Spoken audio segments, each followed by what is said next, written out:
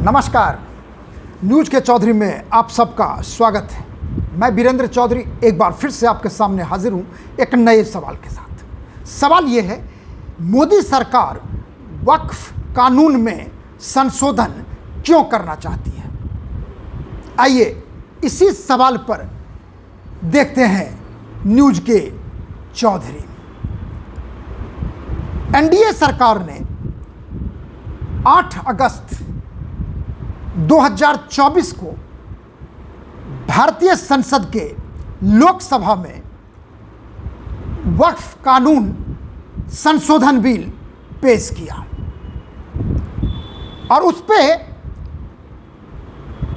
तकरीबन सभी विपक्षी पार्टियों ने अपनी अपनी राय दी और केंद्रीय अल्पसंख्यक मामलों के कैबिनेट मिनिस्टर किरण रिजिजू ने विपक्ष के सभी सवालों का जवाब भी दिया और आखिर में उसे जॉइंट पार्लियामेंट्री कमेटी को सौंप दी गई और आज यानी 9 अगस्त 2024 को लोकसभा ने वक्फ संशोधन बिल के लिए बनाई जाने वाली संयुक्त संसदीय समिति यानी जॉइंट पार्लियामेंट्री कमेटी के प्रस्ताव को स्वीकार कर लिया और इस समिति में 31 संसद सदस्य होंगे, जिसमें लोकसभा से 21 और राज्यसभा से 10 मेंबर ऑफ पार्लियामेंट होंगे। और महत्वपूर्ण बात यह है कि समिति की रिपोर्ट संसद के अगले सत्र के पहले हफ्ते में देनी होगी। यह है वक्फ संशोधन बिल के विषय में जानकारी। अब सवाल है मेरा कि आखिर मोदी सरकार को, एनडीए सरकार को वक्फ कानून में संशोधन की आवश्यकता क्यों महसूस हुई? दूसरे शब्दों में कि संशोधन क्यों जरूरी है और संशोधन क्यों जरूरी है, इसके लिए हमें आपसे साझा करना होगा हमारे इतिहास को। 1947 में जब भारत आज़ाद हुआ और धर्म के नाम पर पाकिस्तान का जन्म हुआ, भारत को खंडित करके पाकिस्तान मुसलमानों का देश बना और भारत कोई धर्म के आधार पर नहीं बना बल्कि एक लोकतांत्रिक देश बना जिसमें सभी धर्म, सभी जातियां, सभी पंथ के लोग रहने का फैसला किए। लेकिन कहते हैं कि दुनिया में इतना बड़ा माइग्रेशन एक साथ 2 कंट्री में कभी हुआ नहीं जो 1947 में भारत और पाकिस्तान में हुआ। तो जो भारत से मुसलमान पाकिस्तान गए और जो पाकिस्तान से हिंदू या सिख भारत आए, लेकिन मुसलमानों का जमीन जो गए उनके हिंदुस्तान में बच गए और जो पाकिस्तान से हिंदुस्तान आए उनके जमीन जायदाद पाकिस्तान में रह गए। नेहरू का लियाकत अली पैक्ट तो हुआ लेकिन वो काम नहीं आया, यानी धरातल पर उसका कोई प्रयोग पाकिस्तान की वजह से नहीं हुआ। और हुआ ये कि पाकिस्तान से जितने हिंदू या सिख भारत आए उनके जमीन को या तो पाकिस्तान के लोगों ने कब्जा कर लिया या पाकिस्तान की सरकार ने कर लिया। लेकिन दूसरी तरफ भारत में जो मुसलमान पाकिस्तान गए उनके जमीन जायदाद को हमारे प्रथम प्रधानमंत्री पंडित जवाहरलाल नेहरू ने कहा कि कोई नहीं छू सकता मुसलमानों के जमीन को, न सरकार न जनता। भले पाकिस्तान में जो हुआ, और उन्होंने, पंडित नेहरू ने एक नया कानून बनाया, वक्फ कानून 1954, और जितने जमीन थे सारे के सारे जमीन उस वक्फ कानून 1954 के हिसाब से वक्फ बोर्ड को सुपुर्द कर दिया गया। हाँ, 1954 का कानून 1955 में लागू हुआ। यहां पर एक फर्क देखिए, पाकिस्तान में हिंदुओं के जमीन को, पाकिस्तान में हमारे सिखों के जमीन को पाकिस्तानी सरकार ने कब्जा कर लिया, पाकिस्तानी मुसलमानों ने कब्जा कर लिया, लेकिन हमारे देश में वक्फ कानून बनाया गया। किसके लिए? मुसलमानों के लिए। और वक्फ कानून के हिसाब से वक्फ बोर्ड बना। अब बाद में तो लगभग 32 राज्यों में राज्य वक्फ बोर्ड बना, और राष्ट्रीय स्तर पर केंद्रीय वक्फ बोर्ड। यानी अंदाज लगाइए, 1947 में, यदि हम 51 का आंकड़ा बताएं आपको, तो उस समय पाकिस्तान में हिंदू थे 15%। जानते हैं आज कितने हैं पाकिस्तान में हिंदू? 2% भी नहीं है, 1.5%। माइनॉरिटी की सुरक्षा है पाकिस्तान में, क्योंकि नेहरू जी ने जिस चीज का जन्म दिया, छद्म जिसको कहते हैं धर्मनिरपेक्षता का जन्म हुआ पंडित नेहरू के द्वारा वक्फ बोर्ड में। और उस समय भारत में मुसलमानों की आबादी थी 1951 में 3.5 करोड़, और मुस्लिमों की सुरक्षा देखिए, भारत में सवाल पे सवाल खड़े किए जाते रहे। आज उनकी आबादी 21 करोड़ है, और वक्फ कानून बना और सारे जमीन जायदाद उनको दे दिए गए। और तो और 1995 में नरसिम्हा राव की सरकार ने, कांग्रेस की सरकार थी, उन्होंने 1954 के वक्फ कानून में काफी अमेंडमेंट किए, संशोधन किए। और संशोधन ऐसा किया कि वो संशोधन आज की तारीख में उसको बदलना जरूरी हो गया है। क्या उसमें था? चूंकि 1992 में बाबरी मस्जिद का डेमोलिशन हुआ था, और कांग्रेस की सरकार का हमेशा से, पंडित नेहरू के जमाने से ही तुष्टीकरण का स्वभाव रहा। सबको समान ना माने, सबको समान नहीं मानना है। थे बड़े डेमोक्रेट, सोशलिस्ट डेमोक्रेट, सब कुछ थे, समानता का भाव नहीं। मुसलमान ज्यादा सुरक्षित महसूस करें, सेकुलर का झंडा ढोने के लिए उन्हें वक्फ कानून बनाया। और 1995 में कानून में ऐसे ऐसे बदलाव किए गए कि जिसका आप अंदाजा नहीं लगा सकते। और उसी बदलाव को बदलने के लिए नरेंद्र मोदी सरकार ने, एनडीए सरकार ने वक्फ कानून में संशोधन के लिए बिल लोकसभा में प्रस्तुत किया है। और 1995 का मतलब यदि हम आपको बताएं तो आप जान के चौंकेंगे कि वो है क्या। 1995 के बाद वक्फ का काम यह हो गया कि जो मुसलमानों के जमीन है वो तो है ही उनके पास, किसी भी जमीन पे वक्फ बोर्ड अपना दावा ठोक सकता है कि ये वक्फ का जमीन है। और मान लीजिए आपके जमीन पर दावा ठोक दिया, तो वहां पे वक्फ कानून के हिसाब से आपको साबित करना पड़ेगा कि यह आपका जमीन कैसे है। वक्फ को साबित नहीं करना होगा, और सर्वेयर भी उनके होंगे, ट्राइब्यूनल भी उनके होंगे, जिसमें सब के सब मुस्लिम होंगे। और हमारे देश में बिल्कुल सामान्य भाषा में मैं बात कर रहा हूं आपसे, बोलचाल की भाषा में, कि वक्फ कानून को बदलना क्यों जरूरी है। और दावा ठोकने के बाद हमारे देश में बहुत सारे ऐसे लोग हैं जिनके पास कोई कागज पत्तर नहीं है, नहीं प्रूव कर पाएंगे।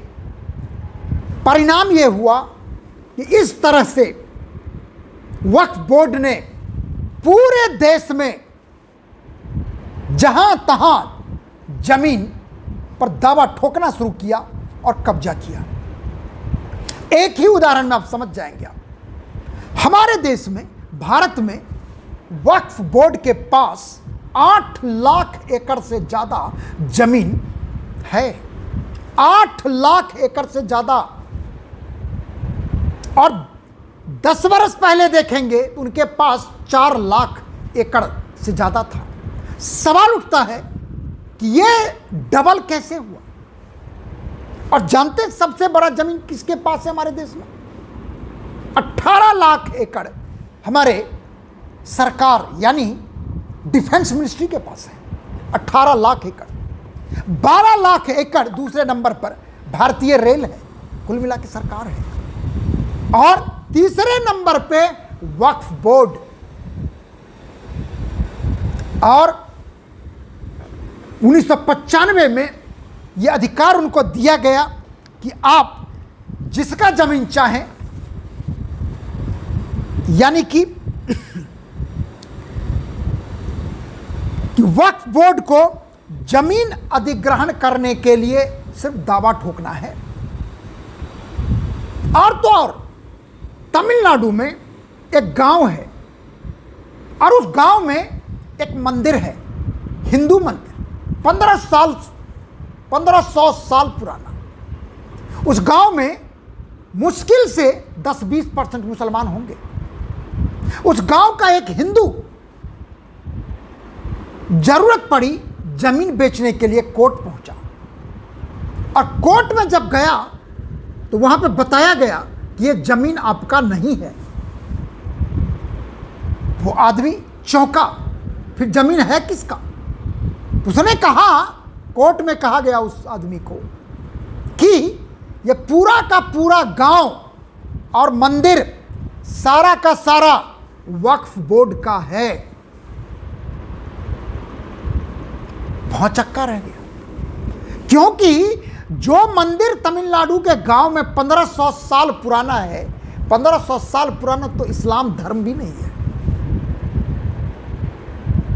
क्योंकि ऐसा क्यों होता है? क्योंकि उन्हें कोई जांच करने वाला नहीं है। वक्फ बोर्ड है, वक्फ बोर्ड का सर्वेयर है, वक्फ बोर्ड का ट्राइब्यूनल है।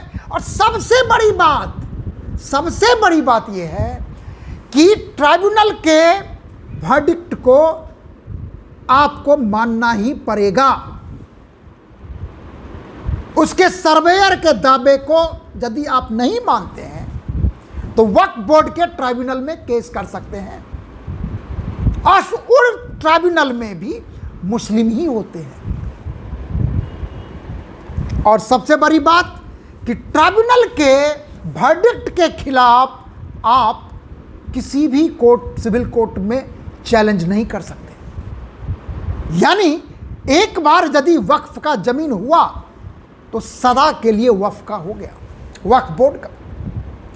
आपको जानना चाहिए कि हमारा मिलिट्री ट्राइब्यूनल में भी जब कोर्ट मार्शल होता है तो उस कोर्ट मार्शल के वर्डिक्ट को आप भारत के हाई कोर्ट में चैलेंज कर सकते हैं। मार्शल लॉ को भी सिविल कोर्ट में यानी हाई कोर्ट में आप चैलेंज कर सकते हैं। लेकिन वक्फ बोर्ड के निर्णय को किसी भी कोर्ट में चैलेंज नहीं किया जा सकता। ये तो रसनाल है जिस आधार पर नरेंद्र मोदी सरकार वक्फ कानून में संशोधन करना चाहती है। लेकिन भारत में एक समस्या है कि बहुत सारी पार्टियां वो छद्म सूडो सेक्युलरिज्म के नाम पर मुस्लिम नाराज ना हो जाए, मुस्लिम को कैसे खुश रखा जाए, इसके अलावे कुछ सोचते नहीं। क्योंकि 20-21 करोड़ मुस्लिम हैं, तो उसके वोट के लिए बंदर बाट मचा रहता है विपक्षी दलों में। और सबसे बड़ी बात कि इस डिबेट में भी आपने देखा होगा 8 अगस्त को कि इतनी तरह की आशंकाएं व्यक्त की गई, क्योंकि वक्फ बोर्ड में महिला का कोई स्थान नहीं है, बोहरा मुसलमान का कोई स्थान नहीं है, पसमानदा मुसलमान का कोई योगदान नहीं, उसमें स्थान नहीं है। मतलब कल को यही यदि दावा करने की प्रवृत्ति रही तो मैं कहता हूं कि वक्फ बोर्ड तो कभी ऐसा भी कर सकती है कि भारतीय संसद को बोलेंगे कि ये तो मेरे जमीन पर है। राष्ट्रपति भवन को कभी कह सकते हैं कि ये तो वक्फ बोर्ड के जमीन पर है, क्योंकि दावा करना है। और यदि कागज नहीं मिला, क्योंकि वक्फ बोर्ड को साबित नहीं करना है कि उसकी जमीन कैसे है, उसका कानून ये है कि जिसकी जमीन है, जिस पर हमने दावा ठोक दिया, वो तय करेगा, वो प्रूव करेगा कि उसकी जमीन कैसे है। और जानते हैं ये कानून कब बना? कांग्रेस के राज में। एक तो पंडित नेहरू ने इस जहरीले बिल को जन्म दिया, क्या जरूरत था? धर्म के नाम पर देश बटा था, पाकिस्तान बन गया था, मुसलमानों का देश था। भारत में फिर भी मुसलमान रहे 3.5 करोड़, कोई बात नहीं, किसी कारण से नहीं गए, उनकी इच्छा थी हम भारत में रहे। लेकिन खून खराबा हुआ, लाखों लोग मारे गए हिंदू मुसलमान के नाम पर। उसके बाद पाकिस्तान में तो कोई खबर नहीं लिया हिंदुओं का, सिखों का, ईसाइयों का। लेकिन हमारे देश में जो हमारे देश के नेता थे, अपीजमेंट का जो बीज है, तुष्टीकरण का जो बीज है, वो पंडित जवाहरलाल नेहरू ने 1954 में वक्फ बोर्ड कानून बना के किया। और उसके बाद तो 1995 नरसिम्हा राव, और तो और 2013 में यूपीए 2 की सरकार जाते जाते वक्फ बोर्ड के अधिकारों में इतना ज़्यादा इजाफा करके चली गई, क्योंकि उन्हें लगता था कि चलो हम ये सब करके चले जाते हैं, क्योंकि वोट चाहिए। मतलब देश नहीं चाहिए, वोट चाहिए, तुष्टीकरण के आधार पर, रैशनलाइज्ड थॉट के आधार पर नहीं। और संसद में यह कहा गया, कुछ बात मैं आपको बताना चाहूंगा कि दोनों पहले वाले में और अब के वाले में फर्क क्या है वो मैं आपको थोड़ा बताना चाहूंगा। लेकिन उससे पहले केंद्रीय अल्पसंख्यक मामलों के मंत्री किरण रिजिजू ने कुछ सवालों का सीधा सीधा जवाब दिया लोकसभा में। जैसे विपक्ष का आरोप था कि बिल संविधान के खिलाफ है, मंत्री ने कहा किसी भी प्रकार से बिल संविधान के खिलाफ नहीं है। दूसरा था कि बिल में हक छीना जा रहा है। मंत्री का कहना था कि हक छीना नहीं जा रहा है, मुसलमानों के ही अन्य वर्ग को, महिलाओं को, बोहरा मुसलमानों को और भी जो मुस्लिम हैं उनको हक दिया जा रहा है। उसके बाद वक्फ संशोधन बिल क्यों लाया जा रहा है, उसका जवाब में मंत्री ने कहा कि आज़ादी के बाद 1954 में बिल आया, इसके बाद कई संशोधन हुए। 1995 में संशोधन हुआ, 2013 में संशोधन हुआ, तो क्यों नहीं विरोध हुआ? उस समय क्यों नहीं प्रोटेस्ट हुआ?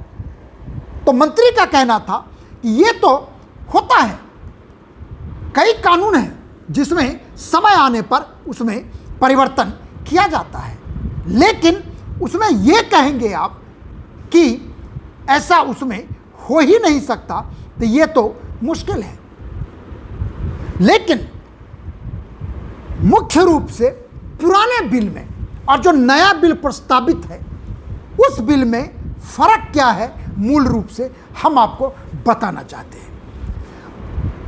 पुराने बिल में नंबर 1 सेक्शन 40 में, पुराने बिल के वक्फ कानून 1995 के पुराने कानून में सेक्शन 40 में रीजन टू बिलीव के तहत अगर वक्फ बोर्ड किसी प्रॉपर्टी पर दावा करता है तो उस जमीन पर दावा करने वाला सिर्फ ट्रिब्यूनल में ही अपील कर सकता है, जो मैंने आपको बताया था, सिर्फ ट्रिब्यूनल में। और ट्रिब्यूनल किसका है? वक्फ बोर्ड का। नए में क्या प्रस्ताव है कि नए बिल के अनुसार से जमीन पर दावा करने वाला ट्रिब्यूनल के अलावा रेवेन्यू कोर्ट, सिविल कोर्ट या हाई कोर्ट में भी अपील कर सकेगा। यदि आप वक्फ बोर्ड के ट्रिब्यूनल से, जजमेंट से सहमत नहीं करते हैं, आपको सहमति नहीं है, तो आप civil court, revenue court, high court में भी उसको चैलेंज कर सकते हैं। दूसरा अंतर है कि पहले के कानून में वक्फ ट्राइब्यूनल का फैसला आखिरी माना जाता था, उसे चुनौती नहीं दी जा सकती थी किसी भी कोर्ट में नहीं। लेकिन अब ट्राइब्यूनल के फैसले के खिलाफ हाई कोर्ट में अपील की जा सकती है। तीसरा है किसी जमीन पर मस्जिद हो या उसका उपयोग इस्लामिक उद्देश्यों के लिए हो तो वे ऑटोमेटिक वक्फ की संपत्ति हो जाती है। मान लीजिए किसी ने अपना मस्जिद बनाया या इस्लामिक कार्यों के लिए कुछ काम कर रहा है, उस जमीन को वक्फ बोर्ड चाहे तो अपने कब्जे में कर लेगा ऑटोमेटिक, क्योंकि दूसरा वाला प्रूव ही नहीं कर पाएगा, क्योंकि वहाँ पर लिखा हुआ है कि मस्जिद है, वो लिखा हुआ है कि उसका उपयोग इस्लामिक उद्देश्यों के लिए कर रहा है। ये पहले के कानून में। अब क्या है वो सुनिए, जब तक किसी ने वक्फ को दान में जमीन नहीं दी हो, उस पर भले ही मस्जिद बनी हो, पर वह वक्फ की संपत्ति नहीं होगी। चौथा अंतर है, वक्फ बोर्ड में महिला और बतौर सदस्य अन्य धर्म के लोगों की एंट्री नहीं था। पुराने कानून में नहीं है, बिल्कुल नहीं है, महिला हो ही नहीं सकती, अन्य धर्म के लोग हो ही नहीं सकते। लेकिन नए कानून में वक्फ बोर्ड में 2 महिलाओं और अन्य धर्म के 2 सदस्यों को एंट्री मिलेगी। कहने का मतलब यह है कि यह परिवर्तन इसलिए किया जा रहा है कि अकाउंटेबिलिटी हो, लैंड ग्रैबिंग बिहेवियर ना हो, उसका वेरिफिकेशन सरकारी अधिकारी करे, इसलिए उसमें यह सब कानून में सुधार किया गया है। अब है कि आप जानना चाहेंगे, और बल्कि पॉइंटेड आंसर है कि आखिर जो मेरा सवाल है कि आखिर मोदी सरकार वक्फ कानून में संशोधन क्यों करना चाहती है।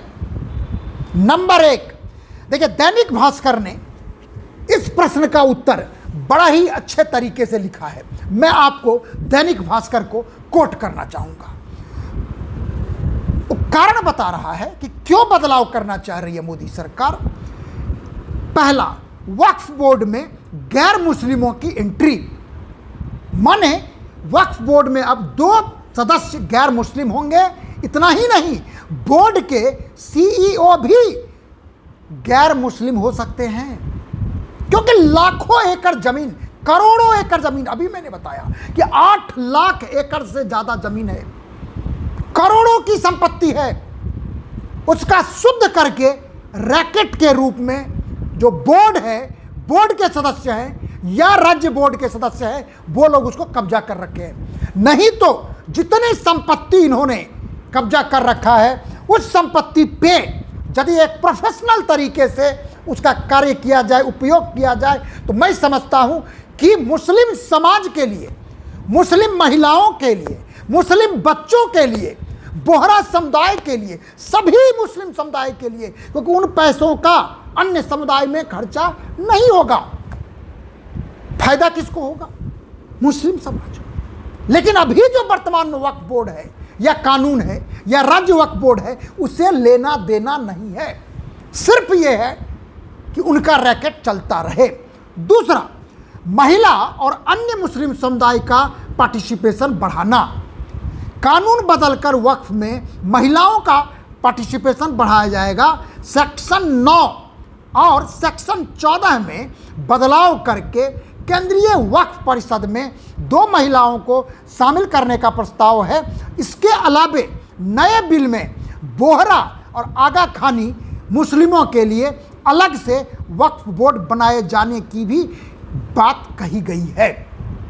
मैं आपको थोड़ी देर में बताऊंगा कि ये बोहरा मुसलमान या आगा खानी, ये मुसलमान जो हैं उनका थोड़ा अलग तरह का है। इसलिए वो चाहते हैं क्योंकि उनका रिप्रेजेंटेशन नहीं है वक्फ बोर्ड में, चाहे वो शिया वक्फ बोर्ड हो या सुन्नी हो, उसमें उनको रिप्रेजेंटेशन नहीं मिला है, महिलाओं को नहीं मिला है। इसलिए उनके लिए ज़रूरी है कि वो भी एक समुदाय है, मुस्लिम समुदाय में ही एक सबसेक्ट है, जिसके लिए अलग से वक्फ बोर्ड बनाने की व्यवस्था नए बिल में की गई है। तीसरा, बोर्ड पर सरकार का कंट्रोल बढ़ाना, क्योंकि अकाउंटेबिलिटी तभी होगी। भारत सरकार कानून बदलकर वक्फ बोर्ड की संपत्ति पर कंट्रोल बढ़ाएगी।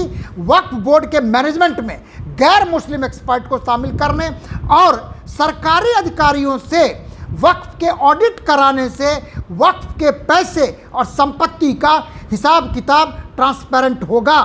केंद्र सरकार अब सीएजी के जरिए वक्फ की संपत्ति का ऑडिट करा सकती है।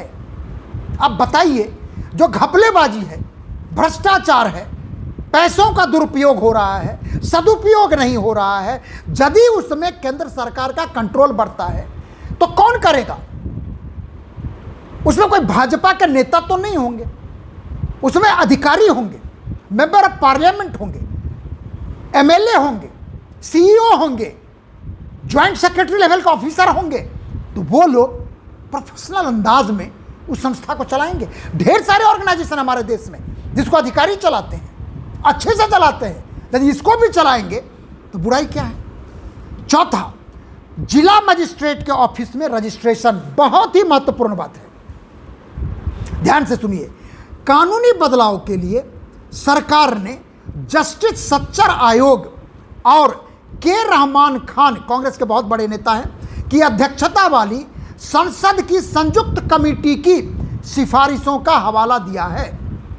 इसके मुताबिक राज्य और केंद्र सरकार वक्फ संपत्तियों में दखल नहीं दे सकती है, लेकिन कानून में बदलाव के बाद वक्फ बोर्ड को अपनी संपत्ति जिला मजिस्ट्रेट के दफ्तर में रजिस्टर्ड करानी होगी ताकि संपत्ति के मालिकाना हक की जांच हो सके। आप कहेंगे डिस्ट्रिक्ट मजिस्ट्रेट आईएएस होता है, कलेक्टर साहब जिसको हम कहते हैं, भारत के हर जिले में होते हो, जिला के मुखिया होते हैं, वही देश के राज्य जिला स्तर पर कानून व्यवस्था संभालते हैं। उनको ये जिम्मेदारी दी जाएगी कि ये जो जमीन जिस पर ये दावा करते हैं, जब उसकी रजिस्ट्री कराने की बारी आएगी तो मैजिस्ट्रेट, जो डिस्ट्रिक्ट मजिस्ट्रेट होंगे, उस जमीन का वेरिफिकेशन कराएंगे कि ये जमीन आ कैसे रहा है, किसका जमीन है, कैसे लिया जा रहा है। तो इसमें बुराई क्या है? मान लीजिए कोई निर्दोष आदमी है, उसके पास कागज नहीं है, तो क्या उसका जमीन आप कब्जा कर लेंगे सिर्फ इस नाम पर कि वक्फ ने दावा ठोक दिया? इसको खत्म करने के लिए सरकार नए कानून में जिला मजिस्ट्रेट के ऑफिस में रजिस्ट्रेशन का प्रावधान बना रही है। पांचवा, और इससे होगा क्या? देखिए, कलेक्टर को लाने से क्या होगा कि नए बिल के पास होने पर इन संपत्तियों और उसके राजस्व की जांच जिला मजिस्ट्रेट कर सकेंगे। सरकार का मानना है कि वक्फ जमीनों को जिला मुख्यालयों के राजस्व विभाग में रजिस्टर्ड कराने और कंप्यूटर में रिकॉर्ड बनाने से ट्रांसपेरेंसी आएगी। मान लीजिए कंप्यूटर में रजिस्टर्ड हो जाता है कोई भी आदमी, बल्कि वक्फ बोर्ड को भी फायदा होगा कि सारा का सारा प्रॉपर्टी उसके कंप्यूटर के स्क्रीन पर होगा, और कहीं भी कॉन्फ्लिक्ट हुआ तो जो कॉन्फ्लिक्ट को रिजॉल्व करने का अधिकारी होगा वो भी ऑनलाइन जाकर चेक कर सकता है कि ये गलत क्यों है, सही क्यों है। पांचवा, न्याय के लिए अदालत जाने का मौका मिलेगा। जो मैंने बताया कि पहले अभी तक आप ट्राइब्यूनल के वर्डिक्ट को भारत के किसी न्यायालय में चैलेंज नहीं कर सकते, लेकिन अब नए कानून के हिसाब से हाई कोर्ट में आप चैलेंज कर सकते हैं। मोदी सरकार के नए बिल के मुताबिक वक्फ ट्राइब्यूनल में अब 2 सदस्य होंगे। ट्राइब्यूनल के फैसले को 90 दिनों के अंदर हाई कोर्ट में चुनौती दी जा सकती है। अभी सबसे बड़ी चुनौती यह है कि अगर किसी ज़मीन को वक्फ ने अपना बताया तो उस ज़मीन पर दावा करने वाले दूसरे पक्ष की ये जिम्मेदारी है कि वो ये साबित करें कि ये ज़मीन उसकी है। मतलब बर्डन ऑफ प्रूफ दावा करने वाले व्यक्ति पर होती है। सरकार नए बिल में इस समस्या का भी समाधान कर रही है, यानी कि बर्डन ऑफ प्रूफ जो है, जिसका जमीन कब्जा कर लिया उस पर होता है पुराने कानून में। इसलिए सरकार कह रही है कि नहीं, वो नहीं होगा, इसका समाधान नए कानून में होगा। तो मेरे कहने का मतलब है कि कुल मिला के जितने भी हमने जानकारी आपसे साझा किया है, इसका उद्देश्य यही है कि वक्फ बोर्ड में ट्रांसपेरेंसी आए, खुलापन आए, कानूनी व्यवस्था हो, प्रोफेशनल व्यवस्था हो। इसमें धर्म और धर्म के विरोध का प्रश्न क्या है। और दूसरी बात, संसद में, लोकसभा में सभी पक्षों ने तो अपनी बात रखी, अब उसमें ज्वाइंट पार्लियामेंट्री कमेटी बना दी गई है जिसमें सभी पक्ष के सदस्य हैं, लोकसभा के भी सदस्य हैं, राज्यसभा के भी सदस्य हैं। यदि उसको कानूनन ठीक करने का प्रयास किया जाता है, इसमें बुराई क्या है। इसलिए मैं समझता हूं कि भारत सरकार, नरेंद्र मोदी सरकार ने जो निर्णय लिया है वक्फ कानून में संशोधन का, ये आवश्यक है, अनिवार्य है, जरूरी है। और संसद में तो लोकतांत्रिक तरीके से होता ही है जैसे हो रहा है। अब ज्वाइंट पार्लियामेंट्री कमेटी सभी सदस्य अपने अपने विचार देंगे और अगले सेशन में उस बिल पे फिर से बहस होगी, बातचीत होगी, फाइनली बिल पास होगा, नया कानून होगा। और हम आशा करते हैं कि वक्फ बोर्ड का नया कानून सहमति से पास हो, सर्वसहमति से लोकसभा और राज्यसभा दोनों को पास करना चाहिए, क्योंकि जो स्टिग्मा वक्फ बोर्ड पर लग रहा है उसको मिटाना जरूरी है। आखिर में, यदि आपको यह कार्यक्रम अच्छा लगता है तो इसे आप लाइक करें, शेयर करें, और भी कुछ कहना चाहते हैं तो कमेंट सेक्शन में जाकर अपनी बात जरूर कहें। और आखिर में आपसे एक निवेदन है कि मेरे YouTube चैनल को आप जरूर सब्सक्राइब करें। बहुत बहुत धन्यवाद, नमस्कार।